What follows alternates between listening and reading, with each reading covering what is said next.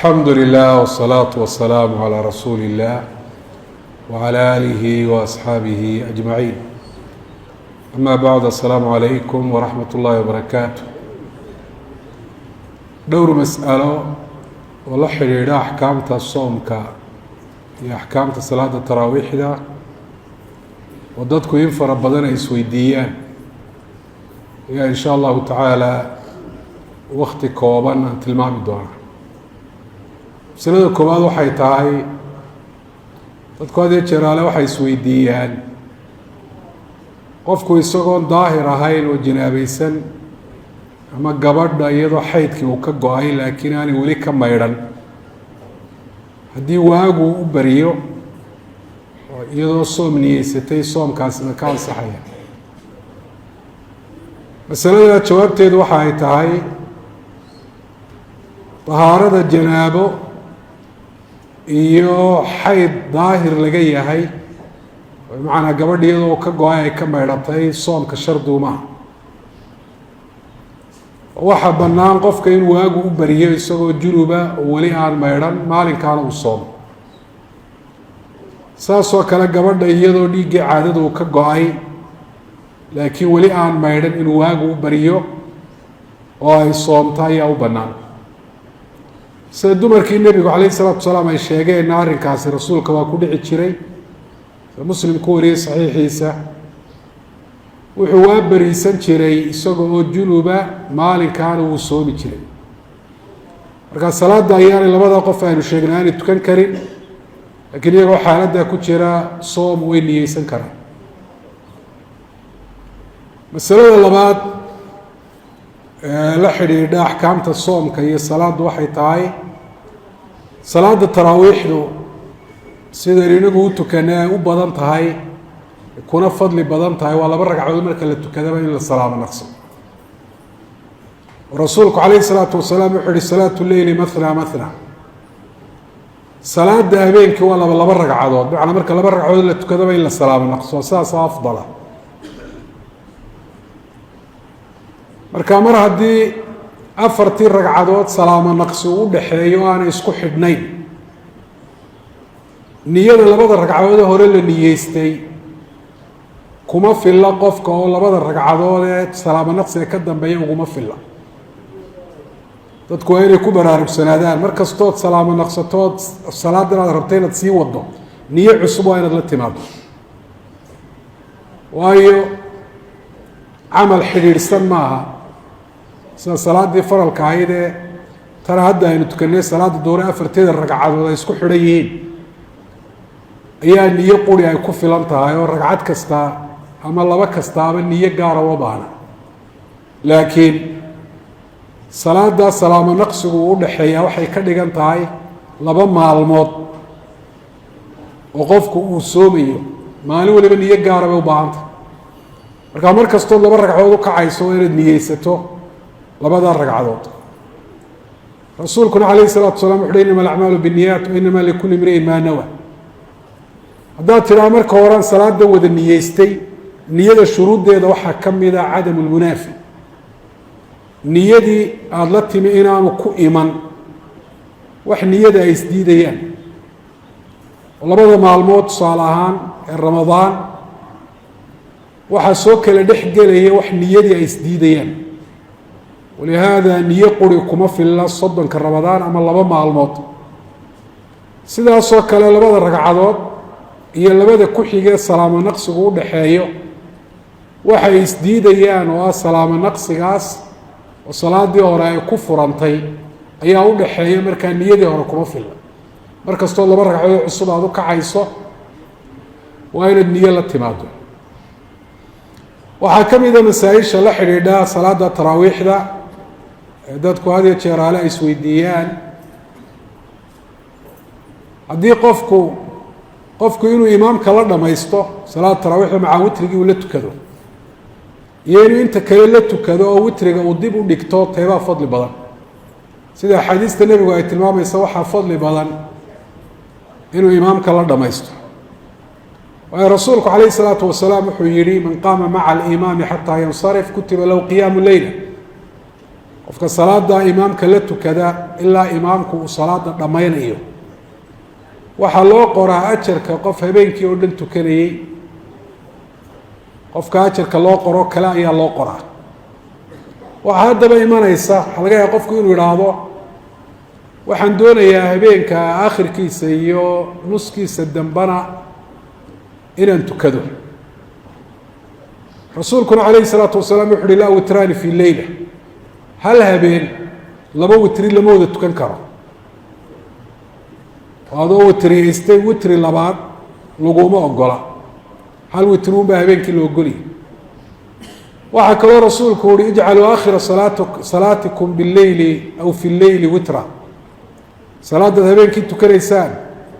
waxaa u dambeeya witri ka dhiga. markaa witrigiina waan tukaday, inaan mar dambe tukadana waan doonayaa. rasuulkuna wuxuu ihi salaadiina habeenkii witri u dambaysiiya. markaa sidee masaa-ishaas isu waafaqayaan? waxay isu waafaqayaan waajib maaha salaatuleylka in witri lagu khatimo, oo rasuulka calayhi salaatu salaam ayay ka sugnaatay sida muslim saxiixa ku wariyey inuu 2 ragcadood ku khatimay salaatuleylka. 2 ragcadoodna witri maaha, tiro kala dhiman maaha, waa shafci, waa tiro buuxi. marka haddaad witrigii imaamka la tukatay oo aada doonayso inaad salaatuleyl kala tukato, salaatuleyl kaleoo bilaa witriga waad tukan kartaa. salaatuleylkuna ramadaan ha noqoto ama wakhtiyada kaleba tiro go-an ma leh, oo sidaa nebigu calayhi salaatu wasalaam uu yihi salaatu leyli mathna mathna faida khashiya axadukum الصubxa falyarkac rakcata tuutiru lahu ma qad salla. salaada habeenkii waa 2 ragcadood, labaa la tukanaya, waa la salaamo naqsanaya. midkiin hadduu ka baqo waagu inuu ugu bariyo, waagu uu soo gaadho, hal ragcad oo tiro kala dhiman uga dhigta salaaddii habeenkii uu soo tukanayey ha tukada buuhi nebigu calayhi salaatu wasalaam. marka xadiidkaas wuxuu tilmaamay salaatuleylku tiro go-an inaanay lahayn, ilaa waaga berigiisa laga baqayo la wadi karo. oo labaad tukanaysaa, labaad tukanaysaa, labaad tukanaysaa, 100 ragcadood aad tukatid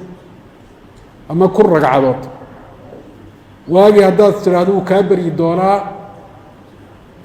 ragcad ku gebagabee tiro kala dhiman kaaga dhigta salaaddii habeenkii aad soo tukanaysa. marka masaladaasoo koobisteedu waxay noqonaysaa adoo imaamka witrigii la tukaday, salaatuleyl kale waktiga suxuurtoo kale iyo uludka dambe qeybta saddexaada dambe habeenkii waad tukan kartaa, laakiin bilaa witri bay noqonaysaa taas. masaaisha la xidhiidha salaada taraawiixda aynu tukanno waxaa ka mid a witriga 2 wejiba way ku bannaan yihin, alwaslu waalfaslu. hadii 3 ragcadood lagu witriyeysanayo in la xidhiidhiyo oo hal salaamo naqsi laga dhaxaysiiyo, iyo in la kala jaro, waa sida inta badan aynu samayno. 2 ragcadood inta la tukado la salaamo naqsado, kadibna ragcad la tukado, labaduba way bannaan yihin. laakiin waxaa afdala fadli badan fasliga in la kala jaro, oo 2 inta la tukado la atixiyaadsado, la salaamo naqsado, kadibna ragcad gooni loo tukado. waxaanay sidaasi ku fadli badnaatay, way camal badan tahay, way cibaado badan tahay, oo niyo cusub baad 3 dee markaad israacinayso hal niyaa ku filan. laakiin markaad 2 tukato haddana ragcad gooniya 2 niyaad la imanaysaa, niyadaasina waa cibaado. saasoo kale waxaad la imanaysaa 2 takbiiratulixraam baad la imanaysaa, atixiyaadkiibaa isaguna noqonaya 2, salaamo naqsigiibaa isaguna 2 noqonaya. intaasoo dhammina waa cibaadaad kuu soo kordhaya, oo haddaad isku xidhi lahayd aanad heli lahayn. masaa-isha taa la xidhiidha waxaa ka mida, iyadoo dadku innaga waxay u badan tahay inaynu fasli samayno, inu kala jarno 2 iyo ragcadda.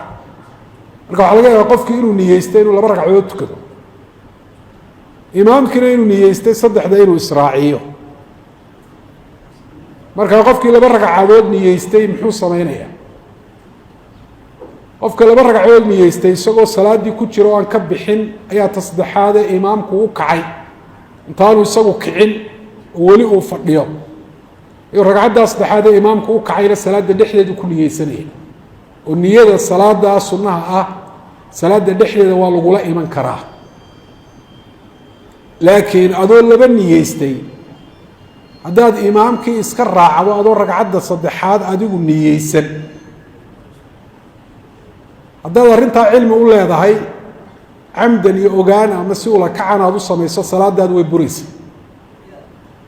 waayo salaadaadi waxaad ku dartay ragcad dheeraada ood ogaan ugu dartay oo aanad niyeysan markaasi aanay taasi u dhicin intaanad ragcadda saddexaad u kicin niyeyso ragcaddaa saddexaad adigu marka hore aanad niyeysan aad ku talagelin kadibna u kac haddii ay sahwan arrintaasi u dhacdo oo adoo laba ragcadood niyeystay imaamkay ku dhici kartaa qof gooni u tukanay ku dhici karta mid saddexaad aad u kacdo adoo taagan ma niyeysan kartaa halkaa ma kasii wadi kartaa jawaabtu waa maya ilaan ragcaddani sahwi bay ku timiyeen ragcad aad niyeysatay oo kuu tirsan maaha ee waa inaad dib u noqoto ood fadhiisato haddaad doonayso inaad ragcadda saddexaad labadii hore aad ku xidho adoo fadhiya markaa niyeyso kadibna istaag laakiin taa sahwiga aad ku gashay ma sii wadi kartid masaaisha la xidhiidha axkaamta soomkee dadku had iyo jeeraale ee aada culimada u weydiiyaan waxaa ka mida waa masalada ku saabsan fidyada see loo bixinaya fidyo inay bixiyaan oo soomkoodii bedel ay ka noqoto waxaa loo ogolaya qofka gaboobay ee gabow awgii aanu soomi karin qof gaboobayna laga sugi maayo inay awood usoo kordhayso wax ka dhaca mooyaane wax usoo kordhayaa ma jiraan marka haddaanu soomkii awoodin wakti uu ku qallayn karo oo la filayo inuu awood yeeshaana ma jirto awooddiisa wuxuunbaa kasii dhaca qofku mar hadduu gaboobo waxba kuma soo kordhaan markaa qofkaa gabow awgii soomka u awoodi waayey isaga soom waajib kuma aha laakiin mar hadduu miyir qabo oo qof waalan ama qof asaasaqay aanu ahayn wax soomka bedelka ah baa laga rabaa waxaa fidya la idhaahda wa cala aladiina yutiiquunahu fidyatun طacaamu miskiin buuhi ilahi subxana wa tacaala fidyadaasi waa inuu maalin kasta oo bisha ramadaan ka mida oo aanu soomin waa inuu raashin bixiyo wuxuu bixinaya inuu طacaam noqdo lacag laga yeeli maayo raashin waa inuu bixiyo طacaam buu ilahay kitaabkiisa ku sheegay fidyatun طacaamu miskiin qiraa'o kalena طacaamu masaakiin markaa lacagima noqonayso fidyo raashinku bixinayaana waa inu noqdo quudka waxaa looga jeeda waxa lagu noolaado ee qofku hadduu waayo naftu ay ka baxayso haddaanay naftu ka bixinna dee qofku uu dhul dhacayo oo qof tamarinayo oo shaqaynayo soconaya aanu sii ahaan ahayn waxaasaa quud la idhaahdaa maa tuxfadu bihi اlarwaax wataquumu bihi alabdaan waxaa nafta lagu ilaaliyo jirhkuna uu ku taagaya awood iyo tamaruu ku shaqeeyo uu ku helaya waxaan quud ahayni markaa geli maayo dadka qaarkood ba waxay ku odhanaya qof baan afuriyey daraad baabu nini weydiinayey dad baa lacag ii soo diray fidye ah oo soomkooda bedel markaa ka ah markaa dad baan afuriya waxaan ku uhi maxaad siisaa dadka dee xabxab iyo timir iyo sharaab iyo waxyaabahaasaan siiyaa buuli waxaasi ma gelayaan baan idhi fidyadii ay quud maaha waxaas qofku uu ku noolaan karo weligiiba tamar way u yeeri karaan laakiin quud maaha quudku waa raashinkan caadiga aynu cunno beriiska qamadida rabikida hadhuurhka waa raashinka noocaas baasha la idhaahdo daqiiqda iyada culimmadu waxay u badan yihiin inaanay fidyo gelahayn sakaatulfidrina aan lagu bixin karin waayo طacaam ha noqoto dee raashin la cuno waa laga sameeyaa waa laga dhigtaa laakiin sidii ilaahay uu ku abuuray way ka tagtay waxbaana iska dhimay oo daqiiqda waxaad og tahay qamadida waxa weeyaan marka dee warshadu ay shiido buushigii oo dhan waa laga saaraa daqiiqda lama socdo waana qeyb muhima oo طacaamkii iyo raashinkii ka mid a markaa sida axwadka xalaal miirad ku jira waa inaan daqiiq lagu bixin sakaatulfitr fidyana waa inaan lagu bixin ma la samayn karaa qofkii raashin bisil in la sameeyo in la siiyo raashinka bisili hadduu yahay طacaamka aynu sheegnay iyo quudka lagu noolaan karo saxaabada way ka sugnaatay in halkii raashinka qalalan uu gelayo dee aayaddu magaca ay sheegtayna uu ku dhaboobaya waa طacaam oo ha noqdo mid qaydhin ama mid bisil ha noqdo طacaam iyo raashin wuu yahay waxaa anas ibnu malik radi allahu canhu ka sugnaatay markuu weynaaduu gaboobay 100 sannadood buu dhaafay saxaabigaas in markay ramadaan dhammaato uun 30 miskiin raashin uu karin jiray oo raashinka ay ka dhargaan uu siin jiray marka taasina waxa daliil u tahay raashin bisil haddii qofka la siiyo uu ka dhergo raashinkaa bisili shardi maa inuu afur noqdo afur buu noqon karaa cashuu noqon karaa suxuur buu noqon karaa qof aan soombe ku waajibin oo waalan midaad siisay buu noqon karaa ama xanuunsanaya mid rabadaanba markay baxda aad bixisaa buu noqon karaa dadku had iyo jeeraale waxay idhaahdaan qof inaan afur siiyaa soo waajib maaha mae waajib maaha fidyadaad bixinaysa inay afur noqotaa waajib maaha inay rabadaan dhexdeeda xataa dhacdaana waajib maaha masalada kale la xidhiidha waxa weeye goormaa fidyada la bixin karaa khalad weyn baa dhaca oo dadka qaarkood fidyada way qadimaan markay rabadaan saa usoo gashaba raashinkii fidyada ahaa bay bixiyaanoo cid ay siiyaan sideedaba cibaadada sababteeda lagama hormarin karo raashinkan aad bixinaysaa inuu kugu waajibo maxaa sabab ah waxaa sabab u ah maalin rabadaan oo ilaahay soomkeeda waajibiyey inaanad soomin baa sabab ah markaa maalmaha weli aanad gaadhin iyadoo la sooman yahay aanay dhicin adigu inaad soom la-aato fidyadoodii ma qadimi kartid oo cibaadadii baad sababteedii ka hormarisa walaa yajuusu taqdiimu alcibaadati calaa sababiha markaa sidee loo bixinaya xagga waktiga marka laga eego laba midkood yeel inaad maalin walba fidyadiisa marka waagiisa uu beriyo ee dee waktigii soomkiisa la gaadhay dadka ay soomaan adiguna ay caddaatay inaad maalinkaa bilaa soom tahay waa inaad waxa weeyaan bixiso waxaa kaloo kuu bannaan waana sida sahlan waana sida anas ibnu malik saxaabigaas uu yeelay inaad dib u dhigto waana sida ay ku nafciga badan tahay inaad maalin walba qof kiilo raashino siiso dee waxaa ka fiican 30 kiilo aad isu geysay markay rabadaan dhammaatay inaad siiso adigana way kuugu ansaxaysaa waanay kuwa hawl yar tahay marka ama dib u dhig ama maalin walba fidyadiisa marka waagiisu baryo bixi laakiin qadimidda iska ilaali dadka kale loo ogol yahay inay fidyo bixiyaan oo soomkoodii bedel fidyadu ay ka noqonayso waxaa ka mid ah dadka xanuunsanaya ee xanuunkoodu yahay xanuun in laga bogsado aan loo baran oo xanuunku waa laba nooc xanuun sida loo bartay la rajaynayo in laga bogsado oo laakiin qofku haddii uu soomo soomka uu dhibayo kaa waxaa loo ogol yahay inuu afuro ruqso uu haysta oo ilaahay baa yihi faman kaana minkum mariidan aw calaa safarin faciddatu min ayaamin ukhra qofkii buka ama socdaala ee afuree ruqsadaa qaata maalmo kale inuu qaleeyo ayaa laga rabaa nooca labaadee xanuunku waa alamraad almusmina xanuunada la idhaha alamraad almusmina xanuunada waktigaa la joogo iyo casriga aan loo baran in laga bogsado xanuunaduna arrintaa way ku kala duwan yihin oo waktiba waxaa laga yaabaa xanuun baa sifada noocaasa leh marka haddaad eegto kutubta culimada fiqiga ee hore xanuunka aan laga bogsan sida loo bartay waxay tusaale uga dhigaan t b-da xanuunka qaaxada la idhahdo hadda si yaro fudud baa looga bogsadaa sooma hadduu qofku dawadeeda qaato laakiin waktigaa dawadeedaa la aqoon marka dee inaguba waynu soo gaadhnay iyadoo waxa weeyaan qofka xanuunkaasi ku dhaco la karantiimeeyo uunoo xataa ceeb loo arko qofka laftiisu uu qarsado oo haddii xataa dawo uu helayo dawada aanu qaadan laakiin iminka xanuuno kale halkaa gelaya sida macaanka aan lala soomi karin iyo aidiska iyo kuwaasaa hadda xisaabsan xanuuno loo bartay inaan laga bogsan casriyada inaga dambeeya ama casrigeennaba waxaa dhici karta iyaguna liiskaa inay ka baxaan oo kuwo kale ay galaan marka marbaa casriga la jooga ayuunbaa la eegaya iyo xanuunkaasi waxa uu xisaabsan yahay marka dadka xanuunada noocaasa qabaa ee aan la soomi karin qofka waxa laga yaaba isagoo macaan qabo inuu iska soomo waxna aanu noqon laakiin qofka xanuunkaa iyo soomku aanay isqabanahayna dee soomku uu dhibay marka xanuunkaa qaba isaguna fidyadaanu sheegnay uu bixinaya fidyadu waa intee waa saac waxaan ujeedaa waa mud